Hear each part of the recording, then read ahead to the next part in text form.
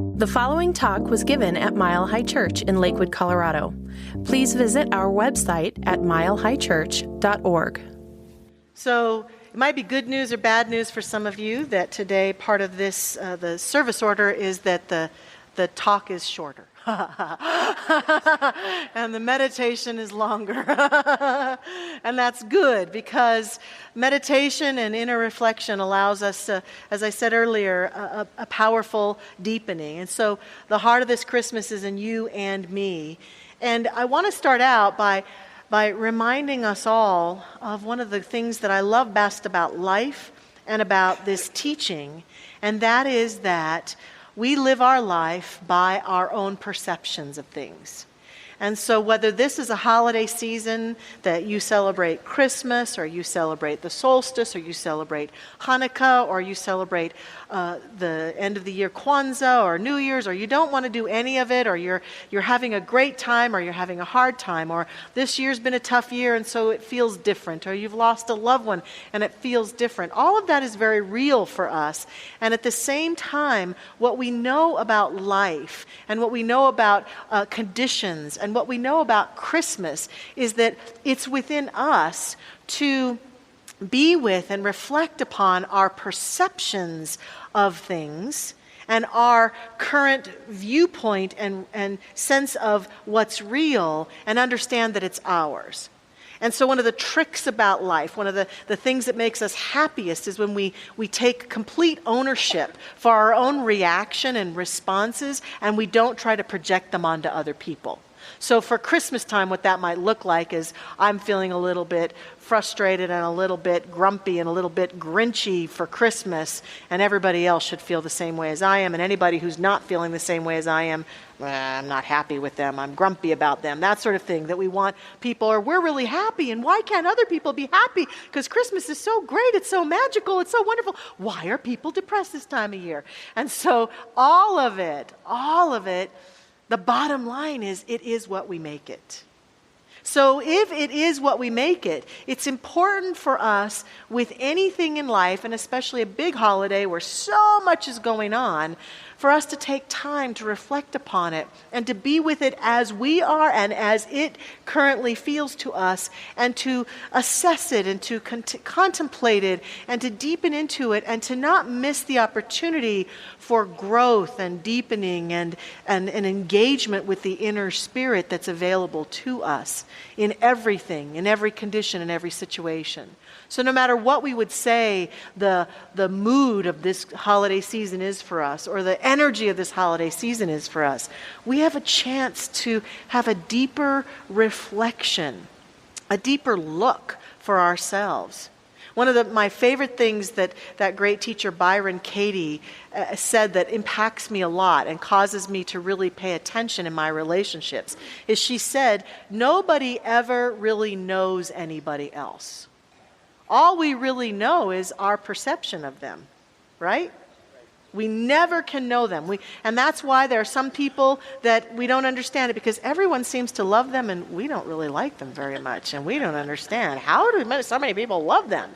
And we think it's about them when it's really most likely about our perception of them. And we're constantly projecting our perception of one another, and it is in the relationships where we're willing to own that and look at that and evolve that there can become even greater love and connection and joy. And I would say that this is not only true of people, it's true of things like holidays, times of the year. It's an opportunity to look at, what am I projecting onto this Christmas? What am I projecting onto this holiday season? What am I believing to be true about me within it and about what's going on around me? And how could I grow and deepen into whatever it is I'm currently believing, such that this is a spiritually charged, growing, magnificent time for me? Something that really takes me into a deepened sense of myself. For me, the way that I tend to do that is I tend to look at the holiday season kind of like a dream interpretation. That's what Byron Katie's saying, is that the dream interpreters will say when you have a dream, every element of the dream is some reflection of your own consciousness, your own beliefs, your own ideas, your own image of yourself. And so that's how interpretation takes place. And I would say that's true of life. Everything is a reflection of what's going on with us. It's neither good, bad, or indifferent. We are the ones who make it so. And so I go in to this holiday season usually with an invitation to look at the characters, the main characters that are in the story of Christmas, and take a look at my perception of them and see if there's some way that my perception of them has evolved or could evolve to deepen me into the heart of Christmas. I have a very good friend. She's a minister in our teaching and a former nun. Her name is Reverend Dr. Kathleen Lenover. She's a very pure-hearted, sweet lady. And when she wants to express exasperation, she'll usually say, well, Jesus, Mary, and Joseph. Pretty. And so I find it that as I've been working on this message today, it's Jesus, Mary, and Joseph for me. I'm doing a little bit different order than Kathleen says it. I'm doing Joseph, Jesus, and Mary today. But I'm inviting us into what you might call a metaphysical interpretation, interpretation from me as a way to possibly say, well, here are some things to think about with this holiday, and here's how we might actually do this with the characters, with the story. And it's interesting because the story itself is an ancient story that's been depicted in the Gospels and has been grabbed onto by spiritual people. And I wanted to do this beautiful candle celebration because I wanted to rise us all up out of that stuff, out of our own sense of this tradition is the best tradition, or that tradition is the best tradition, or they really got it right, and out of that into a bigger picture, to rise up out of our own belief systems, from a faith standpoint, even from a biblical standpoint, because the Gospels, the four Gospels that tell us the story of Jesus, often don't even agree with one another. And, one thing that if you look at the Gospels, we've also augmented the story over the years quite profoundly, like there was not a little drummer boy in the Gospels. I know. Shocking, right, Ken? Not. And a lot of the animals that are depicted in the nativity scene, they're not even named in the Gospels. So we're making stuff up all the time, individually and collectively. So what's wrong with making it up now? But in order to do that, we've got to rise up out of our own hanging on to my tradition, my beliefs. This is how it is. We've got to rise our consciousness up out of that into a greater idea of ourselves and our world.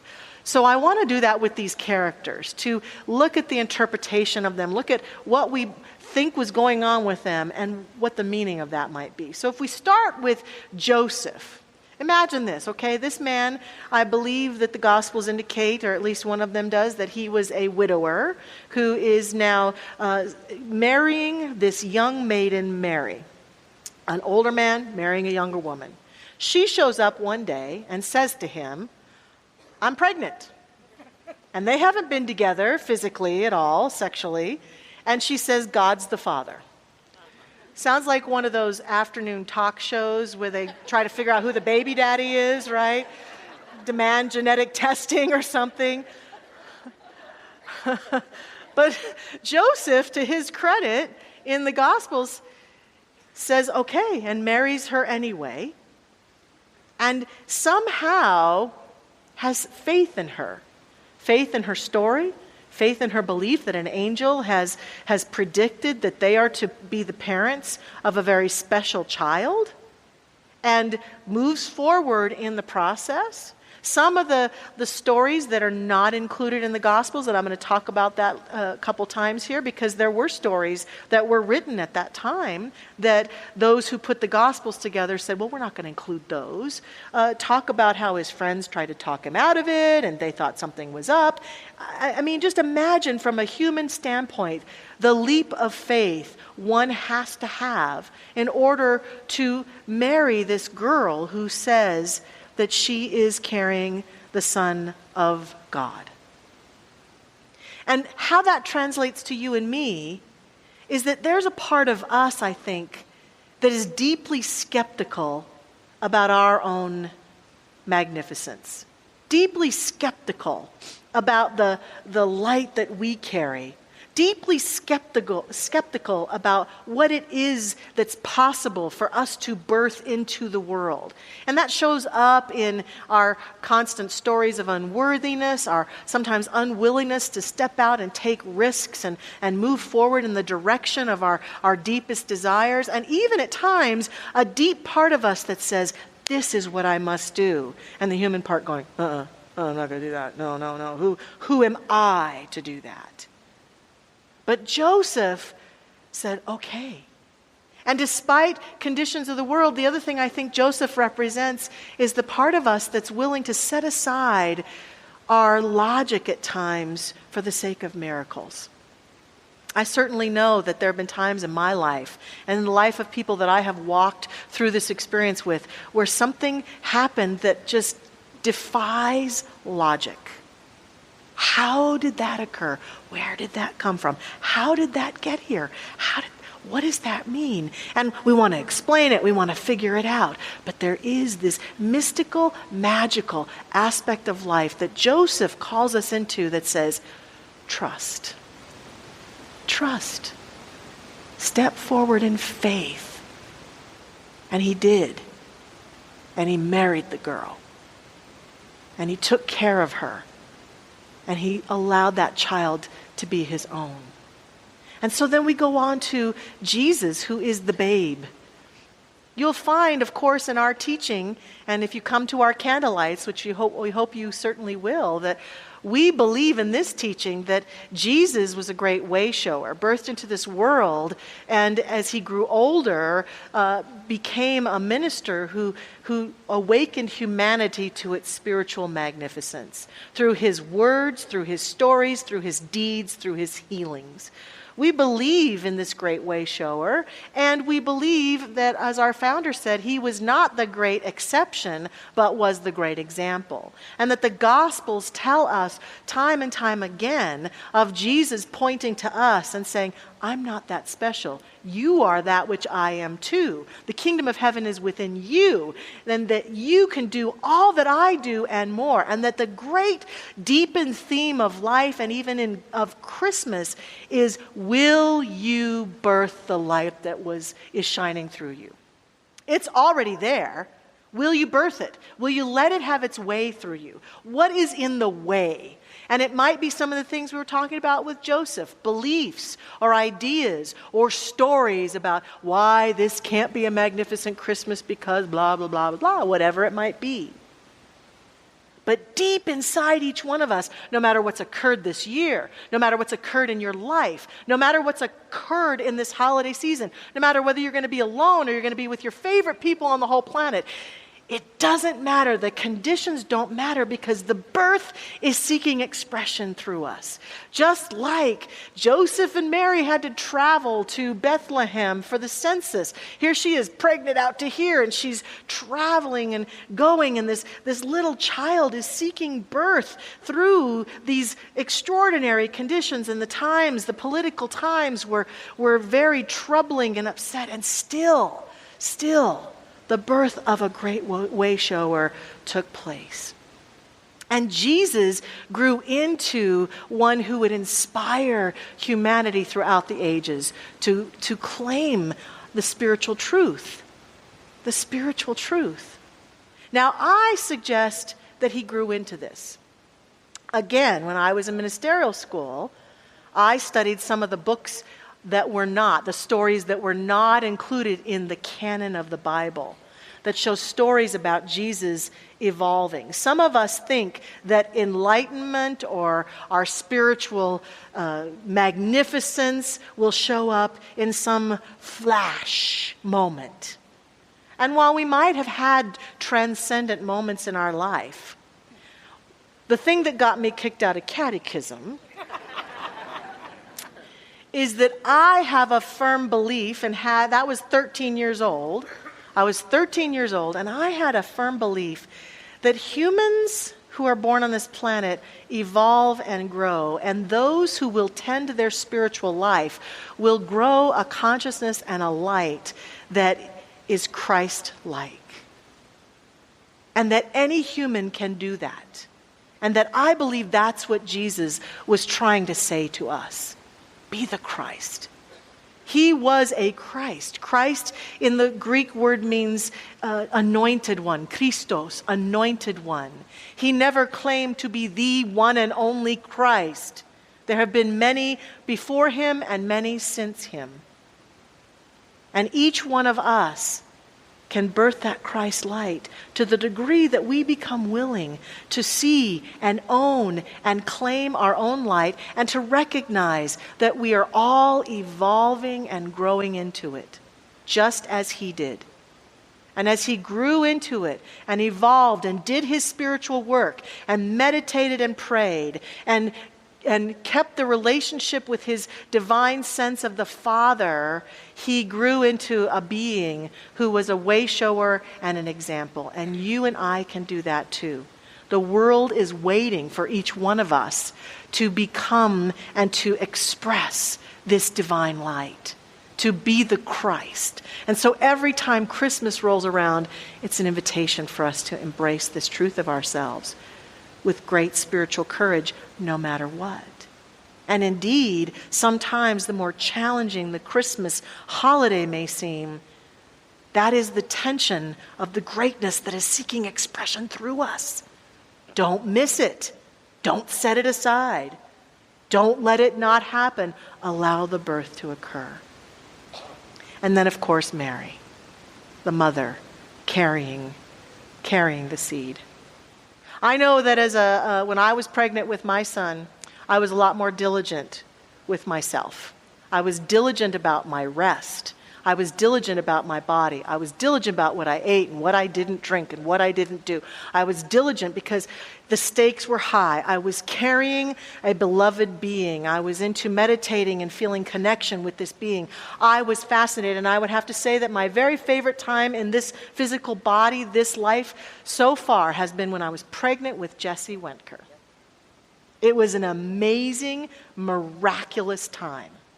And then even after he was born, to experience feeding him and knowing that my body could provide the nursing and sustenance that he needed to grow was just an amazing experience. The whole thing was amazing. The birth, the whole process. But it also had its challenges. When it came time to actually give birth, there was a lot of resistance. Yeah. Right? And the same is true for you and for me. We are like Mary, and that each one of us is carrying this divine light, this Christ light that seeks expression through us. And sometimes we don't feel worthy of it. We don't feel enough. It's almost like it feels as though sometimes the more we hear about and can sense the greatness of the light that lives within us, sometimes that greatness can feel like a burden. And we want to set it aside. We want to push it aside. We want to tell ourselves that it doesn't matter. Christmas isn't important. The holidays aren't important. It's gotten too commercial. I don't have anybody with me. There's nothing going on. It's too this, it's too that. But all the while, like Mary, we wander through those conditions, and the birth is seeking experience through us, and the resistance are the birth pangs. And at some point, there comes a point, and it could be this Christmas where we say, yeah, I'm willing. I'm willing to be the light. I'm willing to shine the light. The Christ light is born in me. And that is Christmas. And that is the heart of Christmas. Our service today is designed to say, let's prepare the way. Thank you for listening to the Mile High Church podcast. This podcast is made possible by the generous contributions from listeners like you. If you'd like to make a donation, visit us at milehighchurch.org.